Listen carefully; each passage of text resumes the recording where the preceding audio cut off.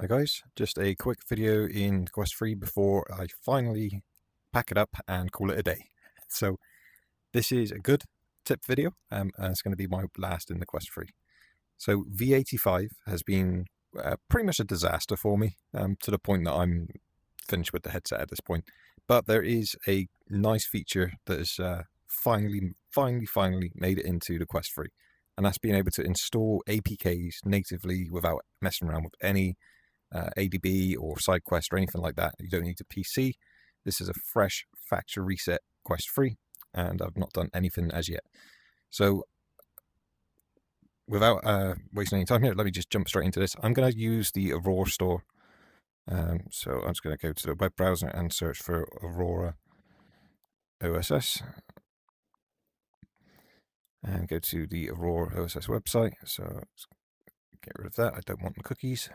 And I'm going to just download this, which is an APK, and show you what the deal is here. So go up into the download list here, and you can see all downloads and click the little dot to jump to your file location, which is just a download folder. But let's say you've pre-downloaded loads of stuff. You go to your library and you'll be able to find the files application. So you can go into your files application. You got your APK. You still can't just click on it and install. It says can't open the file.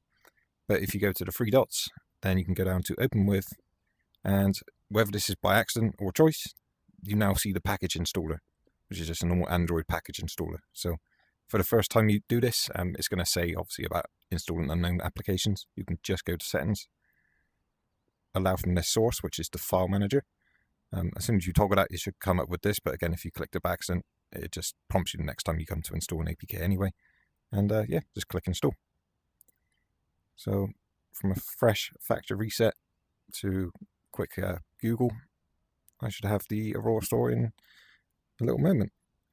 And that will allow me to do practically any Android APK, and most crucially, installing a better file manager that can actually install the APKs without having to do the little workaround there. So that's it. Hope that helps, and thank you very much for watching.